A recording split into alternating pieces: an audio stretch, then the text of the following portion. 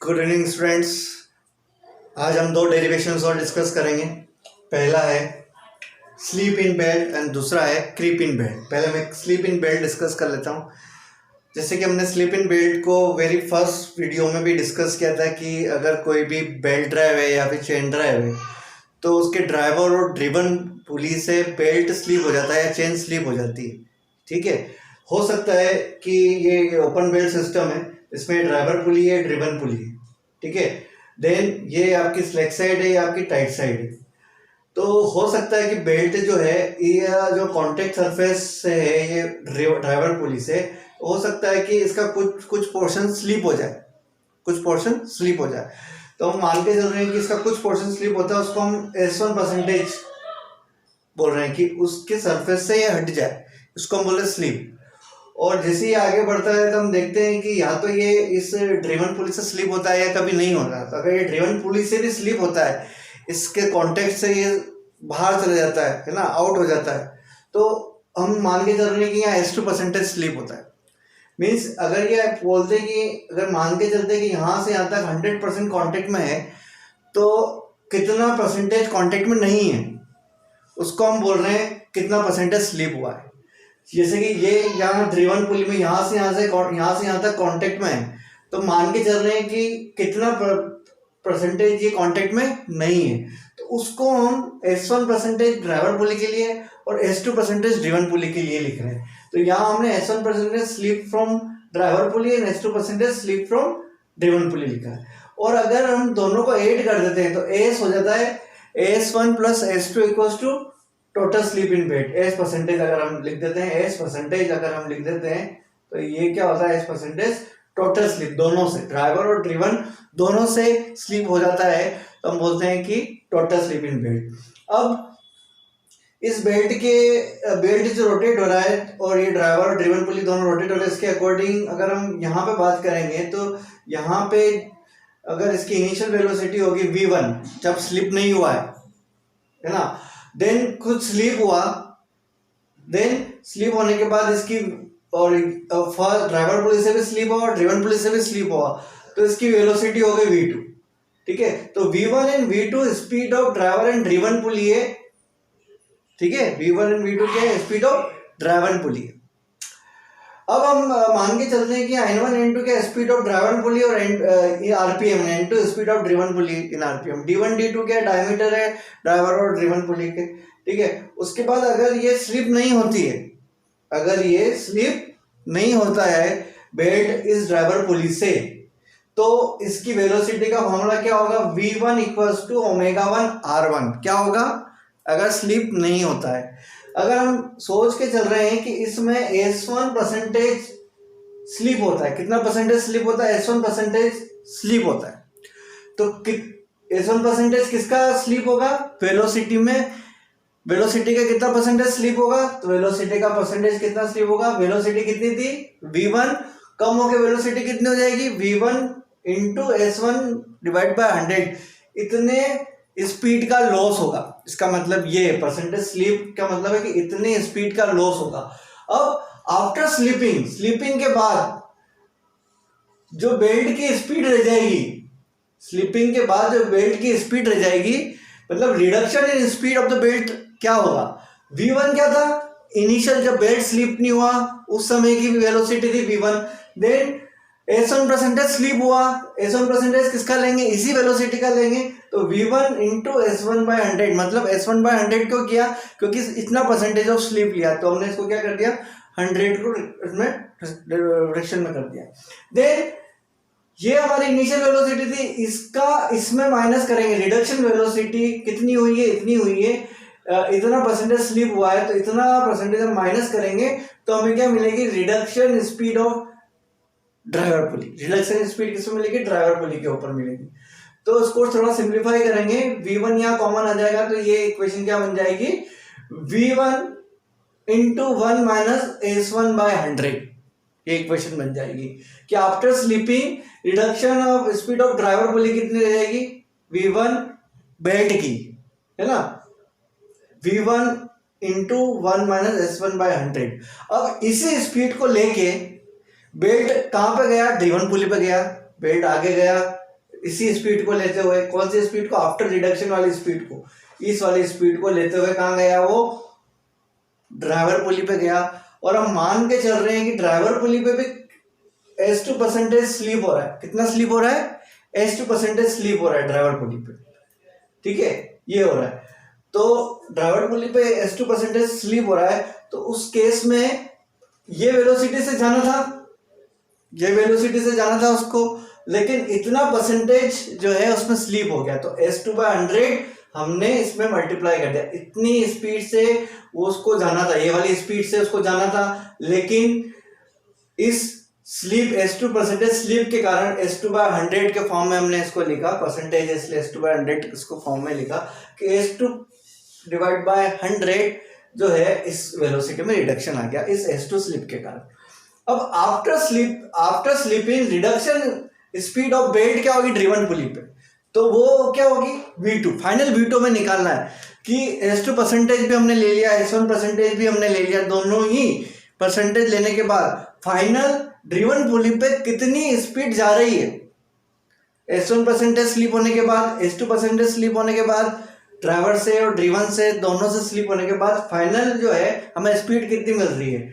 तो ये वाली स्पीड हमारी जानी थी, मैंने बताया, जो हमें यहाँ मिली। इस स्पीड से बेल्ट आगे जाना था, लेकिन इतनी स्पीड से उसमें क्या हो गया, स्लीप हो गया ड्रिवन पुली पे S2% के कारण, तो हमने ये यहाँ लिख दिया V1, ये वाली चीज हमने माइनस कर दी इसमें से, इतना रिडक्शन आ गया है हमें ड्रिवन पुली पे बेल्ट की स्पीड में, ठीक है। इतने से जानी थी, लेकिन S2% स्लीप हो गई, तो ये हमने माइनस कर दी, इससे पहले माइनस कर दी, ये सब भी मैंने माइनस कर दी, इतनी परसेंटेज उसमें स्लीप जा रहा है, तो ये हमने माइनस कर दिया। दोनों का सिंप्लीफाई किया और V1 मैंने कॉमन लिया, V1 कॉमन लेने के बाद मेरा इक्वेशन बनी 1 - S1/100 1 - S2/100 minus S2 into S2 divide by 100 into 100। अब मेरे क्या हुआ कि ये वाली जो टर्म है, ये S1 और S2 बहुत मिनिमम वैल्यू है ऑलरेडी, और डिवाइड में 2 बार, डिवाइड में 10⁴ हो रहा है, इसलिए इसकी वैल्यू क्या होगी, बहुत कम आएगी, इसलिए हम इसकी वैल्यू को नेग्लेक्ट कर देंगे। तो हमारा जो फाइनल वैल्यू जो आएगी वो क्या आएगी, इसकी वैल्यू नेग्लेक्ट करने के बाद जो हमारी फाइनल वैल्यू आएगी V2/V1 = 1 - S1 plus S2 divide by 100, ये हमारी वैल्यू आएगी है ना, V2/V1 कर देंगे तब इस V1 को हमने डिनोमिनेटर में ले लिया। अब हमने स्टार्टिंग में क्या माना, S1 माना मैंने यहाँ पे, S1 + S2 कितना है, S है, S परसेंटेज है। देन हमें पता है V और ओमेगा इक्वल्स टू क्या होता है, V इक्वल्स टू क्या होता है, ओमेगा इंटू R, ठीक है, और V इक्वल्स टू πdn/60 भी उसका फॉर्मूला होता है। तो हमने यहाँ पे V का फॉर्मूला यूज किया πdn/60, तो यहाँ पे V का πdn/60, यहाँ पे πdn/60 रखा, तो पाई और 60 दोनों कैंसिल हो गए आपस में, फाइनल वैल्यू क्या बची, N2/N1 = D1/D2 into 1 - S/100, S total sleep है। अगर इस बेल्ट की कुछ थिकनेस है, अगर T जो है वो थिकनेस ऑफ बेल्ट है,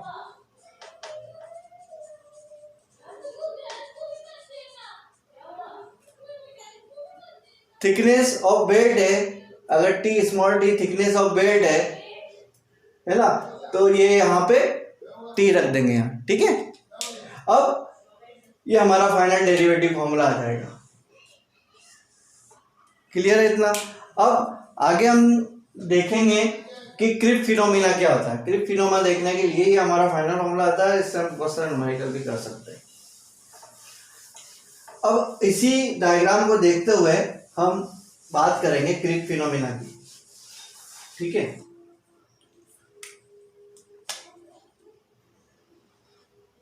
क्रिप फिनोमिना देखेंगे, उसमें हम स्लीप नहीं लेंगे और हम डिस्कस कर रहे हैं creep phenomena. Creep in belt क्या डिस्कस करें, creep in belt. Creep in belt होता क्या है, इसमें हम ले रहे हैं T1 टेंशन है, टाइट साइड ये होती है, आपको पता है टाइट साइड होती है। T2 क्या होता है, टेंशन है, स्लैक साइड, स्लैक साइड, ठीक है। N1 स्पीड ऑफ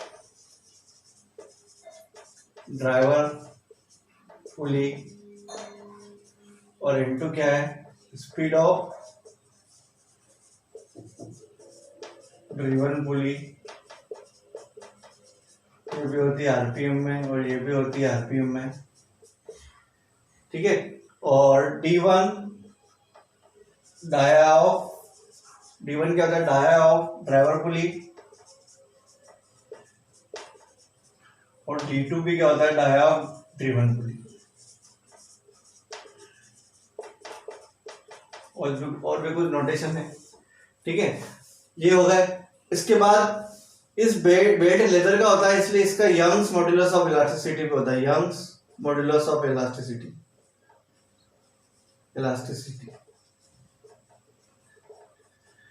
इसकी वैल्यू होती है न्यूटन पर मीटर स्क्वायर।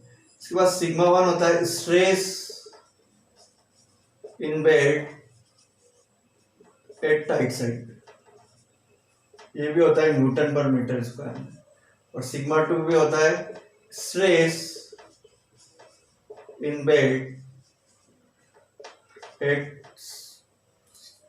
है ना, ये टाइट साइड होता है, ये होता है स्लेक साइड,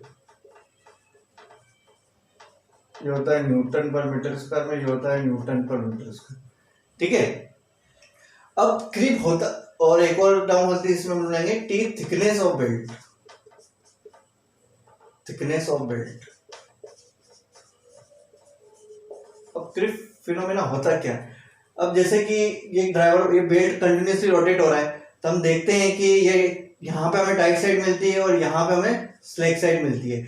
इट मीन्स कि ये बेल्ट जो है लेदर का बना हुआ है या फिर रबर का बना हुआ है। तो इस बेल्ट में टाइट साइड में क्या होगा, एक्सपांशन होगा, मीन्स टाइट साइड में लेंथ का इंक्रीमेंट होगा बेल्ट की, और स्लेक साइड में क्या होगा, कॉन्ट्रेक्शन होगा बेल्ट का, मीन्स जो बेल्ट है कॉन्ट्रेक्शन होगा। इट मीन्स इसका क्या मतलब हो रहा है कि बेल्ट की जो लेंथ है उसमें रिड्यूसनेस आएगी, ठीक है, कुछ इसमें रिडक्शन आएगा, इसमें इंक्रीमेंट आएगा, ठीक है। तो फिर जैसे ही बेल्ट वापस स्टेशनरी कंडीशन में आता है, ये अपनी अपनी ओरिजिनल पोजीशन गेन कर लेते हैं। इट मीन्स यहाँ पे कम फोर्स, यहाँ पे टेंशन है, टाइट साइड टेंशन ज्यादा है, इसलिए यहाँ एक्सपांशन आ रहा है, यहाँ टेंशन बहुत कम है, इसलिए यहाँ पे बहुत कम जो है आपका यहाँ कॉन्ट्रैक्शन आ रहा है, यहाँ कंप्रेशन क्रिएट हो रहा है, यहाँ टेंशन क्रिएट हो रही है, सीधी सी बात है। तो कंप्रेशन क्रिएट हो रही है तो यहाँ पे कॉन्ट्रैक्ट करेगा, यहाँ पे एक्सपांड करेगा, और ये प्रोसेस कंटिन्यूसली चलती रहेगी। लेकिन बेल्ट की लेंथ में, ओवरऑल लेंथ में कोई चेंज नहीं आएगा, क्योंकि यहाँ जितना एक्सपांशन हो रहा है उतना ही यहाँ पे कॉन्ट्रैक्शन हो रहा है। देन वापस अगर ये नॉर्मल पोजीशन में आ जाती है, अगर इसको रोक देते हैं, तो आपकी जो है according to property of elasticity, जो भी लेदर है या फिर रबर है, वो अपने ओरिजिनल पोजीशन गेन कर लेते हैं, ठीक है। तो इसी को ध्यान में रखते हुए जो क्रीप फिनोमिना है उसके लिए फॉर्मूला क्या जनरेट होता है स्पीड रेशो में, क्रीप इन बेल्ट के में जो स्पीड रेशो होता है वो होता है N2/N1 is equals to D1 plus T plus D2 plus T, then E plus हम sigma 2 divide by E plus sigma 1। Means यहाँ पे ये जो ड्राइवर पुली है, यहाँ पे आपका जो स्ट्रेस वो स्लेक साइड, यहाँ जो स्ट्रेस जनरेट होगा बेल्ट में वो स्लेक साइड से, तो यहाँ पे इसलिए सिग्मा 2 हमने प्लस किया है, यहाँ सिग्मा 1 इसलिए क्या, क्योंकि यहाँ ड्रिवन पुली से टाइट साइड जा रही है, बेल्ट जा रहा है और टाइटनेस जो आ रही है और ड्रिवन पुली से होते हुए जा रही है, इसलिए D2 इससे यहाँ पे हमने इसमें एडिशन किया है, D2 के रेस्पेक्ट में एडिशन किया है, D1 के रेस्पेक्ट में किया है। तो जब भी हम क्रीप फिनोमेना की बात करेंगे और हमें स्पीड रेशो निकालने होंगे, तो हम ये वाला फॉर्मूला यूज करेंगे N2/N1। इन सब के डायमेंशंस मैंने आपको नोटेशंस और डायमेंशंस बता रखे, इसको बोलते हैं creep phenomena of the belt. Thank you.